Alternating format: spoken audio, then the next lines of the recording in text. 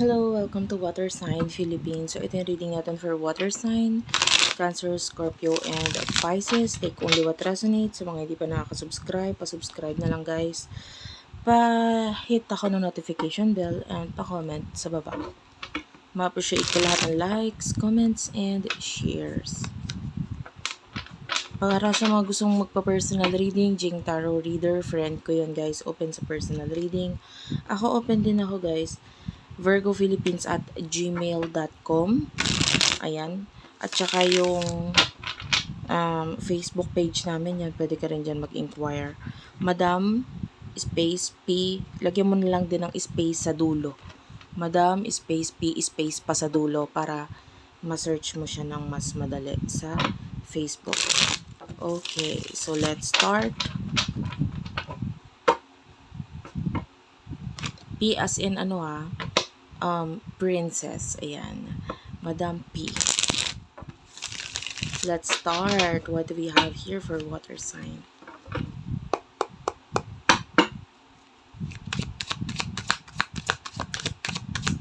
Six of Wands. Okay. King of Swords. Six of Wands. And Knight of Cups. Cancer, Scorpio, Pisces, Gemini, Libra, Aquarius, Aries, Leo, Sagittarius energy. Cancer, Scorpio is here. So, lahat naman ng energy is nandito. Oh, water sign. I can see na either ikaw itong may offer or may offer towards you. Kung hindi pa dumadating, paparating pa lang. Ito, Six of Wands, nakakita natin ng victory dito. And King of Swords, you are someone na matalino, magaling, madiskarte. You are someone, and you could be working in a government or someone who is very professional. So nakikita natin ang galing mo, ang talino mo. Hindi lahat ng alam mo yun, mahirap maging ikaw. Pero para sa iyo, natural na sa iyo yun no? Pero yung mga tao na kung pipilitin nilang maging ikaw, hindi nila kaya. So nakakita tayo dito sa iyo ng offer, sabi ko nga, either mula sa'yo or papunta sa'yo. And, guys, new beginning regarding love is here. Nakakita tayo ng not only love na, I can see pag-uusap regarding sa future with the person na ito, and mga plano, regarding what to do, etc., etc. Especially regarding money or regarding the future. So, pag-usapan natin yung person na kakonect mo pagdating sa love scene to. Ito, pwedeng magkapalit-palit roles, guys. Pwedeng sinasabi kong person mo, pero pwedeng ikaw yon. So, bahala ka na ilagay ang sarili mo sa sitwasyon. And, kung hindi ka makaka-relate, huwag pilitin. Ibig sabihin, hindi sa'yo ang reading na ito, ibigay mo sa iba. Person na kakonect mo, water sign. Okay. Eight of Swords is here. King of Wands. Knight of Pentacles.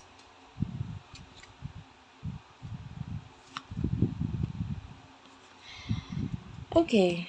Eight of Swords. I feel like itong person na to could be stuck sa situation, or you are stuck sa situation dito sa taong to. The King of Wands, King of Swords and King of Wands, actually, sa regular reading ko talaga, okay naman ito magkasama They're like allies. Pero dito sa nakukuha kong energy, they're not. It's like parang pinipilit nitong taong ito, na makuha yung energy mo or maging kapareho mo or maging I can see a lot of pamimilit dito sa tao. Knight of Pentacles is here.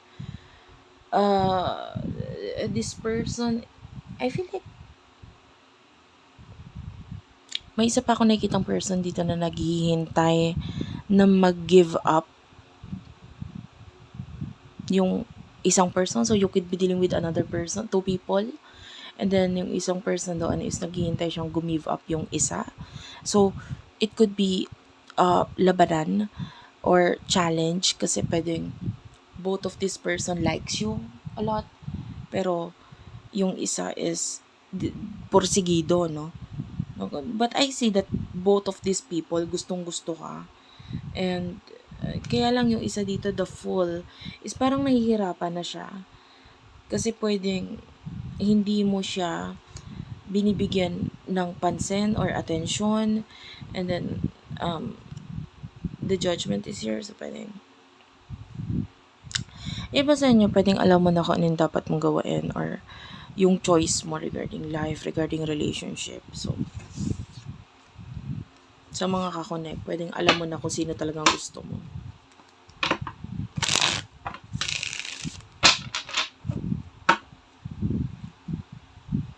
Emotion ninyo sa isa't isa.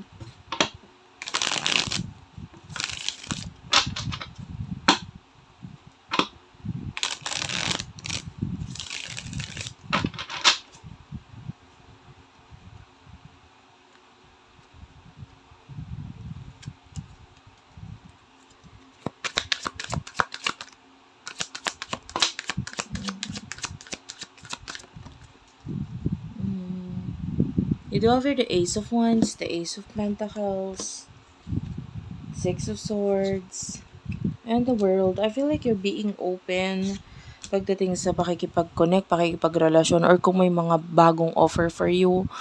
Especially pagdating sa love, you are open. Pagdating dyan, Six of Swords, naka-move on ka na regarding the past. And you are looking forward sa future, looking forward sa kung ano pa yung magandang dadating para sa'yo. And I feel like you're focusing sa mga new beginnings for you.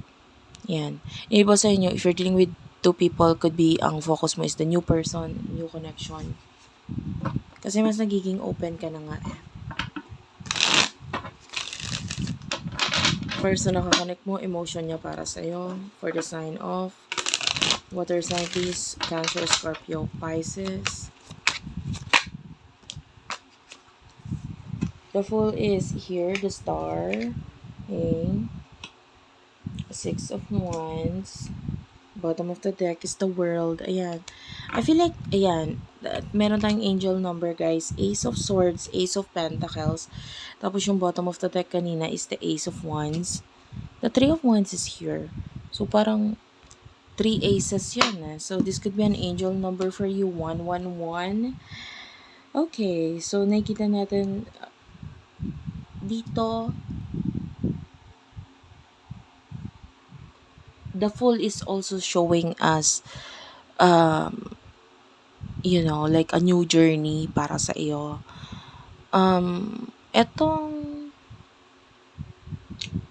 nakukuha natin is that ipupush talaga ng person na ito na ma-reach niya yung destination niya, which is towards you, pupunta sa'yo. Ipipilit niya na ma-reach niya yung goal niya. Maabot niya yung pangarap niya, makuha niya yung gusto niya, which is may kinalaman sa'yo. And the Star is here. I feel like, alam mo yung two people na yan sa buhay mo. Or three, I don't know. I can see a lot of people there na gustong kumonek sa'yo. Gustong gusto ka ng mga taong ito. And the Six of Wands, nandun yung hiya. Nandun yung takot or kaba or they don't know what to do. But, sa nakikita natin, they're just being open.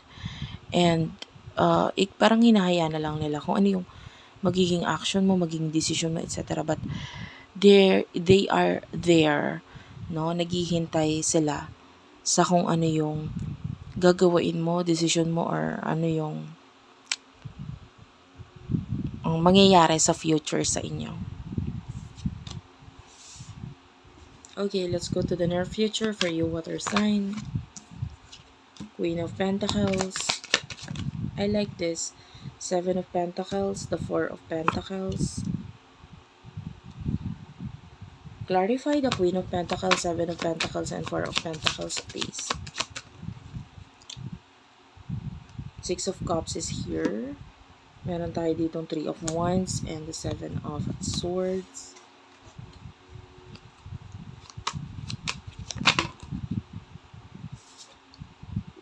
Hindi ko to kukunin, masyadong marami. In the near future, You do have here the Ten of Pentacles, the Page of Wands.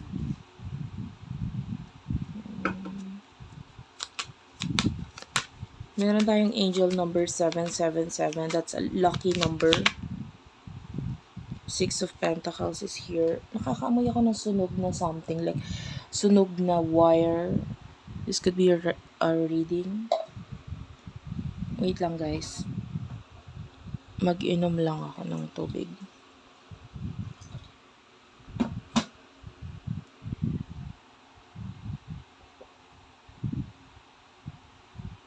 Okay.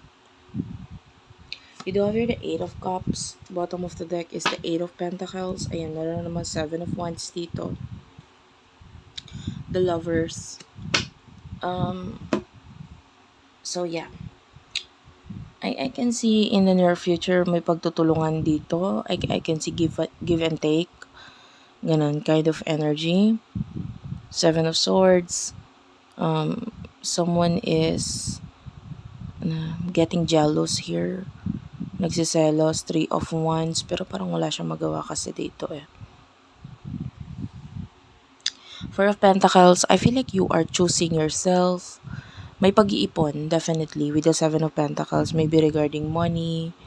I can see with the Queen of Pentacles. Magaling ka. Pagdating sa usaping pera, alam mo kung anong dapat mong gagawin. And, nakikita natin that mas ang focus mo in the near future is saving, pag-iipon. Page of Wands, I can see magandang communication with regards to money na rin. Maayos na pag-uusap regarding money, plano, ganyan. And then Six of Pentacles and the Eight of Cups. In the future, may nakikita tayo dito person na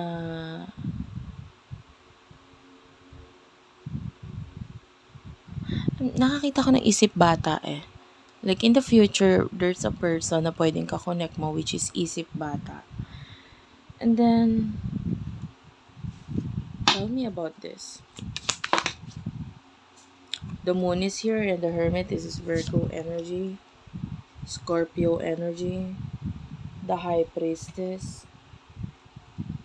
Oh wait, nakuha ko yung energy dito ng reversal. So I will read that in reverse. What's with the Moon in reverse? The Hermit in reverse. Yan, dalawang major arcana yung lumabas. The Empress is at the bottom of the deck. Puro major arcana to, guys. Two of Swords.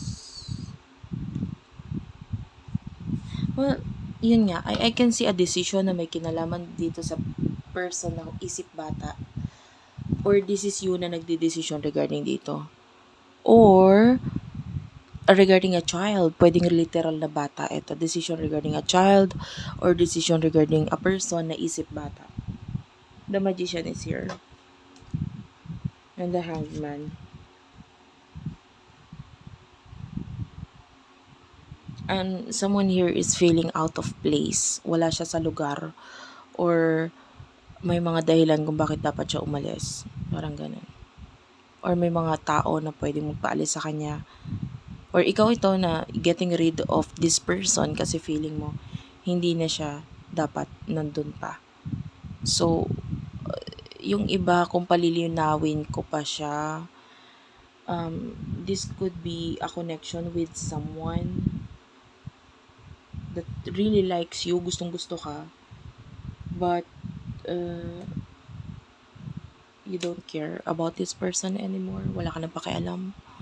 So yeah, thank you for watching. I love you all and bye-bye.